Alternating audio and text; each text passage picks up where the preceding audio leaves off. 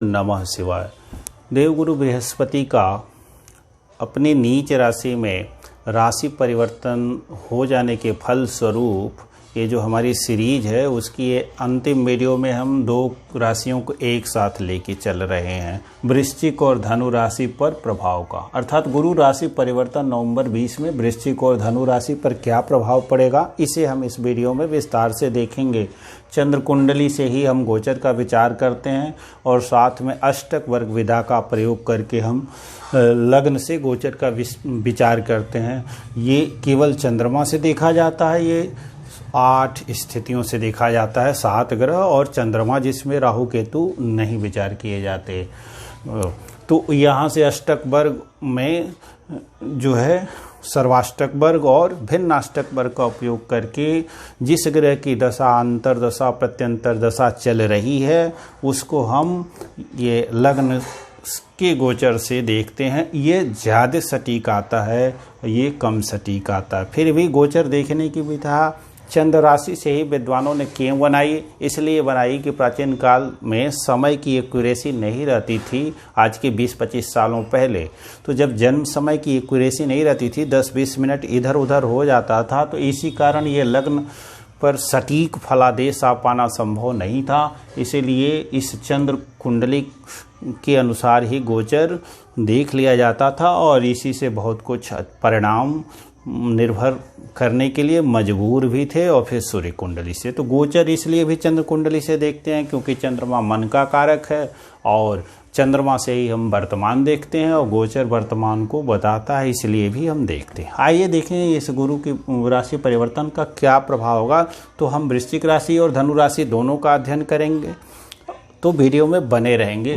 पहले आते हैं वृश्चिक राशि। तो वृश्चिक राशि हम देखेंगे कि हाँ 8 नंबर ये होता है और गुरु जो है द्वितीय भाव और पंचम भाव के कारक स्वामी होते हैं और चूंकि पंचमेश होते हैं इसीलिए ये इस राशि में वृश्चिक राशि के लिए ये शुभ ग्रह मान लिए जाते हैं। शुभ ग्रह तो हैं ही, योग कारक हो जाते हैं, दूसरा चंद्रमा योग कारक हो जाते हैं। अब हमें गुरु का विचार करना है तो गुरु यहाँ पे तीसरे स्थान पे हैं और गुरु का जो चंद्रमा से जब गोचर का विचार किया जाता है तो उनका शुभ स्थान होता है चंद्रमा से दूसरे, 5वें, 7वें, 9वें और 11वें शुभ स्थान है। उसमें भी हम देख लेते हैं कि शनि के साथ हैं तो इनके भी गोचर पे ध्यान देना अत्यावश्यक है। तो शनि तीसरे, 6वें, 11वें जब गोचर करते हैं तो शुभ गोचर माना जाता है। इसके बाद भी वेद स्थान है, पूर्व में चर्चा की है, और जब संपूर्ण राशि फल का विचार किया जाएगा तब वहाँ पर हम वेद स्थान का भी विचार करेंगे। अभी सिर्फ इन्हीं का विचार कर लेते हैं। तो ये गुरु यहाँ मूल त्रिकोण राशि में साल भर से चल रहे थे और वृश्चिक राशि के जातकों के लिए भी ये बड़ा सुनहरा पल रहा, क्योंकि सिर्फ राहु केतु के यदि गोचर को छोड़ दें तो ये जो दो बड़े ग्रह हैं शनि और गुरु, दोनों का गोचर शुभ था। चंद्रमा से दूसरे गुरु थे, अपनी राशि में थे, मूल त्रिकोण राशि में थे तो सर्वोत्तम फल दे रहे थे और शनि तीसरे में होकर के सर्वोत्तम फल दे रहे थे। अब यहाँ से गुरु यहाँ आ जाएंगे तो वृश्चिक राशि के जातकों के लिए ये जो नीच भंग राजयोग बनेगा, ये जब नीच भंग राजयोग नहीं था तो ज़्यादा बेहतर था जनवरी से लेकर के अब तक, क्योंकि जनवरी में ही शनिदेव यहाँ ट्रांजिट कर गए थे और गुरु अपनी इसी मूल त्रिकोण राशि में चल रहे थे। तो हमने पूर्व में भी लिखा है मिथुन राशि विशेष सावधान, मेष राशि थोड़ी सावधानी और सिंह राशि भी थोड़ी सावधानी। तो यहाँ भी वृश्चिक राशि को भी थोड़ी सी सावधानी रख लेनी चाहिए, क्योंकि जब समय बहुत अच्छा चल रहा होता है तो व्यक्ति धारा प्रवाह में जो जो कार्य करता है उसके परिणाम अच्छे आते चले जाते हैं और उसी अति उत्साह में वो और अच्छा कार्य और बड़े कार्य करने चला जाता है। तब तक ग्रहों का गोचर यहाँ से यदि बिगड़ गया तो फिर असफलता हाथ लगती है। तो ज्योतिष का यहीं पे उपयोग है। अब यहाँ इस जातक को थोड़ा सा सावधान हो जाना चाहिए, क्योंकि गुरु फाइनेंस के कारक हैं। यहाँ से वाणी संबंधित वृश्चिक राशि के जो कार्य हो रहे थे अच्छे थे, जैसे ये प्रवक्ता आदि रहे हों तो उत्तम थे। वाणी संबंधित ज्योतिष भी थे तो बहुत अच्छा चल रहा था। धन आदि का निवेश कर रहे थे तो भी इनके लिए बहुत ही अच्छा था, भाग्योदय था, आय अच्छी थी, इनकम अच्छी थी और इनकी बात को सारे लोग मान रहे थे, समाज में इनको बहुत सम्मान प्राप्त हो रहा था। यहाँ से इनके कर्म भी बहुत ही अच्छे थे। अब ये यहाँ से आ जाए उसमें कमी आ जाएगी, इसीलिए बहुत बड़ा निवेश करना हो, जो पंचम से हम विचार करते हैं, तो यहाँ पे इनको अब थोड़ा सा विचार करके ही बहुत बड़े निवेश में हाथ लगाना है। दूसरा, यहाँ से इनकी दृष्टि पड़ेगी भाग्य भाव पे, तो निश्चित तौर पे ये जो है शनि देव में शुभता ले ही आ रहे हैं, और साथ में ये भाग्य भाव पे दृष्टि डाल करके भाग्य को तो जगाएंगे ही, आय पे दृष्टि पड़ेगी तो आय तो बढ़ाएंगे ही, और साथ में इनकी यहाँ पे दृष्टि पड़ रही है तो राहु में भी कुछ शुभता ले आने की कोशिश करेंगे। अर्थात ये जो राहु यहाँ पे बिगाड़ रहे थे उसको ये बनाने का कार्य करेंगे, परंतु कितना बिगाड़ बना पाएंगे, ये खुद पीड़ित हो गए। यहाँ थे तो पीड़ित नहीं थे, अब यहाँ आकर के शनि से एकदम चले गए, तो इस भाव के लिए तो बड़ा उत्तम हो गया। परंतु स्वयं गुरु के कारकत्वों की निश्चित तौर पे कुछ न कुछ कमी होनी ही है, जो नैसर्गिक कारकत्व हैं। जैसे अब इस जातक को पुत्र से, ये एकादश स्थान है, यह पुत्र का लाभ है, तो पुत्र से संबंधित कुछ न कुछ इनको जो पहले जितनी अच्छी स्थिति थी वहाँ अब थोड़ी सी कमी आनी है। साथ ही में भाग्य के कारक थे, भाग्य भाव को अब देख रहे हैं तो भाग्य में कोई रुकावट नहीं आनी है, परंतु राहु और ये शनि से जो पीड़ित ये हैं तो अब उतना लाभ ये नहीं दे पाएंगे, जो नैसर्गिक कारकत्व है। यहाँ से एकादश हैं तो बहुत ये शनि की 1 2 3 तीसरी दृष्टि है, तो गुरु की दृष्टि इसमें मिली होगी, तो शनि देव जहाँ जहाँ जो हानियाँ पहुँचा रहे थे उन हानियों को ये नियंत्रित करने में अब समर्थ हो जाएंगे, कुछ शनि देव को कंट्रोल करेंगे। तो जो गुरुदेव के नैसर्गिक कारकत्व हुए, जैसे विवाह कराना परेशानी हो सकती है, पुत्र प्राप्ति करना चाहते हैं, थोड़ी सी परेशानी निश्चित तौर पे होनी है इस साल भर के अंतराल में, और लाभ में जो निरंतरता है ना वो भी थोड़ी सी कमी रहनी है। पर शनि का गोचर उत्तम है, तो शनि धन देंगे, शनि यहाँ नौकर चाकरों की वृद्धि भी कराएंगे और शत्रुओं पे विजय भी कराने की स्थिति रखते हैं, नौकर चाकर भी होंगे, वाहन भी चाहते हैं, तो ये सब शनि देव देने की स्थिति में तो कोई बहुत बुरा नहीं है। बहुत बड़े निवेश और पुत्र प्राप्ति के संबंध में निगेटिविटी दिख रही है, शेष अच्छा ही अच्छा है।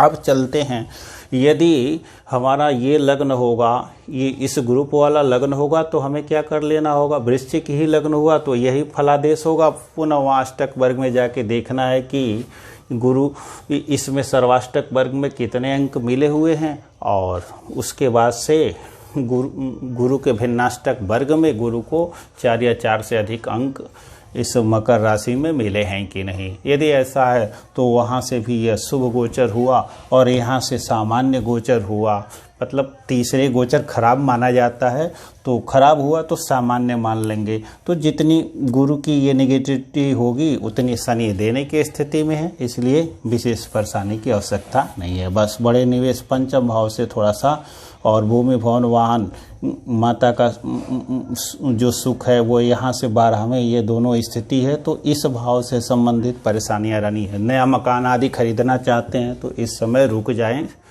कुछ दिनों तक के लिए, और मित्रों से भी थोड़ी सी परेशानी हो सकती है, क्योंकि यहाँ से ये सब कहाँ हैं, 12 में हैं, और नए घर मकान आदि खरीदना चाहते हो तो वहाँ से भी थोड़ा सा सोच समझ के ही खरीदें, नहीं तो स्थिति परेशानी वाली हो सकती है।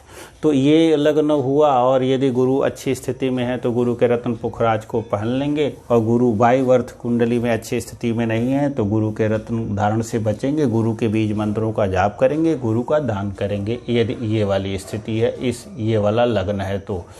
अब आइए देखते हैं धनु हो जाता है तो क्या स्थिति होगी। तो धनु राशि में ये दूसरे भाव में बन जाएंगे, तो जब दूसरे भाव में बन जाएंगे तब क्या स्थिति होगी उसके बारे में विचार किया जाए। और ये इस सीरीज में ये आखिरी जो है हमारी वीडियो होगी, और चूँकि मैं धनु लग्न का ही जातक हूँ, कोई ज्योतिषी आपको नहीं बताता होगा, लेकिन देख ही रहे हैं तो मैं बताने का हिम्मत रखता हूँ कि मैं मकर राशि और धनु लग्न का जातक हूँ, ऐसा कोई ज्योतिषी आपको नहीं बताया हो। और आइए जो स्वयं ही अपने ऊपर फलादेश को यदि घटित न करा पाता हो तो औरों पे क्या घटाएगा, ये ऐसा मेरा मानना है। तो अभी स्थिति यहाँ पे देखते हैं क्या बनती है और कैसा अनुभव हो रहा है, उस अनुभव का कितना आपको लाभ मिल पाता है। यहाँ पे केतु को रख लीजिए, यहाँ पे राहु को रख लीजिए,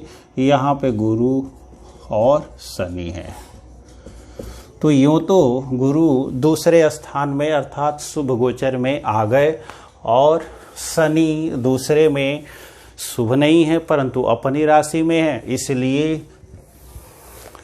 जो ये 7.5 है अर्थात मानसिक रूप से अशांति को छोड़ करके यदि धन को देखा जाए और आय को देखा जाए तो शनि देव भी धन और आय देने में समर्थ हैं। और स्थिति ये खास करके और यहाँ से लंबे ऋण आदि जो होंगे आपके, तो शनि देव की यहाँ पे दृष्टि पड़ेगी, वो भी बहुत अच्छी नहीं है। सप्तम दृष्टि, तीसरी दृष्टि भूमि भवन वाहन वाले घर पे है, सुख पे है, वो अच्छी नहीं है। तो कहा जाता है कि शनि देव की उतरती हुई 7.5 बहुत कुछ दे करके जाती है। तो क्या इनको दे के जाएगी? हाँ, चूँकि अपनी राशि में है तो दे कर जाने वाली स्थिति में है, लेकिन अभी वो वक्त है, अभी तो 3 अंश पे हैं, अभी 2 वर्ष लगभग लगेगा इनको जाते जाते। तो अंत के 6 महीने में ये देने वाली स्थिति में होंगे, क्योंकि हम ये जानते हैं कि शनि देव जब 20 अंश से 30 अंश के बीच में होते हैं तभी जो है अपना संपूर्ण प्रभाव वो दिखाते हैं। तो मकर राशि के जातक पे ये 7.5 भी है तो मानसिक परेशानी अभी रहनी ही है। उस परेशानी में गुरुदेव जो है यहाँ पे आए हैं, पहले भी यहाँ थे तो राहत मिली हुई थी, अब यहाँ से जब यहाँ आए हैं तो स्थिति तो भी राहत बनी हुई रहेगी, क्योंकि यहाँ से एक तरह से चंद्र राशि का स्वामी अर्थात चंद्र लग्नेश ही गुरु हुए और वो दूसरे भाव में गए। मूल कुंडली के फलादेश को यदि हम ध्यान रखें तो लग्नेश दूसरे भाव में जाता है तो दूसरे भाव के स्वामी के बलाबल के अनुरूप ही फल प्रदान करता है। तो यहाँ पे शनि अपनी राशि में अर्थात भावेश और ये लग्नेश चले आए तो इस समय विशेष धन प्राप्ति के अवसर हैं और वाणी संबंधी जो कार्य है उसको भी जो ये धनु राशि के जातक करेंगे तो उसमें उन्नति होने के अवसर बने रहेंगे। अब यहाँ देख लीजिए, यदि अभी विचार करेंगे तो ये जितने नीचभंग राजयोग के यहाँ पे अवसर मिलने हैं वो नहीं मिल पाएंगे, क्योंकि वेद स्थान यहीं पे ये जो ग्रह बैठा है केतु गुरु का वेद कर देगा, क्योंकि दूसरे का 12वें स्थान में बैठा ग्रह जो है गुरु के लिए वेद कर देता है। तो अब ये जब वेद हो गया गुरु का तो अब गुरु क्या हो गए, बहुत सामान्य ग्रह रह गए और द्वितीय उत्तम जो गोचर का फल मिलना था उसमें बहुत अधिक कमी यहाँ से केतु कर देने वाले हैं। साथ में गुरु राहु की दृष्टि भी यहाँ पे पड़ने वाली है। तो जितना नीच भंग राजयोग की स्थिति यहाँ पे प्राप्त हो रही थी, मिलने वाली थी, वो नहीं मिलने वाली है। तो क्या नुकसानदायक स्थिति है? नहीं। जितनी नुकसानदायक स्थिति पहले थी जब गुरु यहाँ थे, शनि यहाँ थे, तो विगत में ये 5 वर्षों से विशेष परेशान रहे ये धनु राशि के जातक। बीच में इनको राहत मिला कब? जब केतु इधर चले गए और गुरु यहाँ पे काफ़ी रहे, अर्थात लगभग 7-8 महीना ये धनु राशि के लिए विशेष रहा। उसमें भी सर्वोत्तम समय रहा मई से लेकर के अब तक, ये बहुत अच्छी स्थिति में थे। और उसी समय मैं भी आपके सम्मुख हूँ, मई से ही हमने चैनल पे वीडियो बनाना शुरू किया है और गुरु की ही मेरी महादशा भी चल रही है और ये आखिरी है। गुरु में राहु, लग्नेश राहु यहाँ पे है, तो मेरे को ये अनुभव है। तो हमने 1-2 सब्सक्राइबर बढ़ते बढ़ते आज ये स्थिति है कि बीच में काफ़ी तेज़ी से सब्सक्राइबर बढ़े हैं, तो भी अभी 1000 नहीं हुए हैं। आप लोगों का सहयोग होगा तो अब बन जाएगा। लेकिन मैं परिश्रम करने से घबराने वाला नहीं हूँ। राहु चूँकि हमारे यहीं पे जन्मकालीन राहु यहाँ हैं और यदि धनु राशि को देखेंगे लग्न के अनुसार तो राहु यहाँ 6वें रहेंगे, उत्तम फल करेंगे। राहु की अंतर्दशा है। तो परिश्रम करने से कोई दिक्कत नहीं है। खूब संघर्ष करता हूँ, करता रहूँगा और इस समय मेरे संघर्ष करने की क्षमता और बनी हुई है। बराबर वीडियो डालता रह रहा हूँ और आप लोगों के सहयोग से व्यूज भी आ रहे हैं, नए सब्सक्राइबर भी जुड़ रहे हैं। इसी तरह से बना रहा तो मैं ज्योतिष के और भी महत्वपूर्ण सूत्रों पर वीडियो बना करके आगे देने वाला हूँ। बने रहेंगे, साथ में तो और भी आएगा। तो ये देखिए, ये अब ये और क्या क्या फल होने वाला है, इस पे विचार करते हैं। तो अब ये धनु राशि के जातक सामान्य हो गया, तो पुत्र प्राप्ति के लिए अब ये मंगल के शुभ गोचर पर निर्भर करेंगे। जिस समय मंगल अच्छी स्थिति में होंगे, इस भाव को देख रहे होंगे, उस समय इनको पुत्र प्राप्ति के संबंध में यदि इनकी उम्र है तो ठीक ठाक हो सकता है। उस समय यदि ये निवेश करेंगे तो इनको लाभ होगा। यदि मंगल भी अच्छी स्थिति में नहीं होंगे, जैसे इस समय यहाँ पे चल रहे हैं, तो बहुत अच्छी स्थिति नहीं है। पुनः जब मेष में मंगल आ जाएंगे तो उस समय पुत्र प्राप्ति की यदि उम्र है तो हो सकती है, योग बन सकते हैं। और राहु हमेशा यहाँ से अच्छा रहने वाले हैं, गुरु की दृष्टि पाके अच्छा हो जाएंगे। तो यदि राहु की दशा चल रही हो और धनु राशि हो तो राहु यहाँ से छप्पड़ फाड़ करके देने वाली स्थिति में हैं और यह दोनों ग्रह एक दूसरे को सामान्य हो कर देंगे तो धन खूब आने वाला है। वाणी से संबंधित यदि जो भी आपका कार्य है तो वहाँ पे भी लाभ मिलने वाला है। जैसे ज्योतिष का यहाँ से सप्तम दृष्टि गुरु की यहाँ पे पड़ रही है तो नए नए रिसर्च भी होते रहेंगे और यहाँ से इनकी जो दृष्टि है कर्म भाव पे पड़ेगी तो कर्म भी उत्तम होंगे। और यदि नौकरी आदि के लिए प्रयासरत हैं तो पंचम दृष्टि यहाँ पे राहु को और लाभकारी बनाएगी। तो खूब संघर्ष भी करेंगे, प्रतियोगी परीक्षाओं को बीट भी करेंगे, शत्रु परास्त होंगे और प्रतियोगी परीक्षा आपके लिए शत्रु ही है तो उस शत्रु को आप परास्त कर पाएंगे गुरु की कृपा से, राहु के पराक्रम से। और यहाँ से आपको ऊंचा पद, मान, प्रतिष्ठा, सम्मान और इनकम सब कुछ मिलने की स्थिति रहेगी। तो यदि आपका गुरु अच्छा है, बाई बर्थ लग्न इस ग्रुप में आता है तो आप एक पीला पुखराज भी धारण करके रखे रहेंगे। यदि ये लग्न आपका नहीं है, इस ग्रुप का लग्न आता है, तब आप जो है पुखराज रत्न तो नहीं पहनेंगे लेकिन गुरु के बीज मंत्रों का जाप करेंगे। ओम ब्रिंग बृहस्पते नमः या ओम ग्रांग ग्रिंग ग्रौंग स गुरुए नमः। जितना अधिक से अधिक करेंगे उतना ही लाभ होगा। इस ग्रुप का लग्न है तो गुरु के पदार्थों का दान करने से भी गुरु में काफ़ी शुभता आएगी। गुरुवत जो भी रिश्ते हैं, जैसे बड़े बुजुर्ग हैं, मार्गदर्शक जो लोग भी हैं, उनका सम्मान करेंगे तो भी गुरु शुभ होंगे। इस प्रकार से ये गोचर रहने वाला है। धनु राशि के लिए भी लगभग ये बहुत उत्तम गोचर रहने वाला है। इसके बाद हम लोग किसी नए टॉपिक पे मिलते हैं और यहाँ से एक बार टच करेंगे, ऊपर आई बटन दिखेगा, उसमें हमारे बहुत सारी वीडियो हैं, प्लेलिस्ट है, उसको खोल करके अन्य भी देख सकते हैं। और एक बार प्रोत्साहन देने के लिए वीडियो लाइक कर ही देनी चाहिए। यहाँ तक कि जो मित्र कुछ पूछना चाहते हैं वो भी न लाइक करते हैं, न सब्सक्राइब करते हैं, निकल लेते हैं, कहना पड़ता है तो ये अच्छा नहीं लगता है। तो एक लाइक मार ही देना चाहिए प्रोत्साहन स्वरूप। और अच्छी वीडियो के लिए जुड़े रहेंगे, आगे आती रहेगी। तब तक के लिए नमस्कार।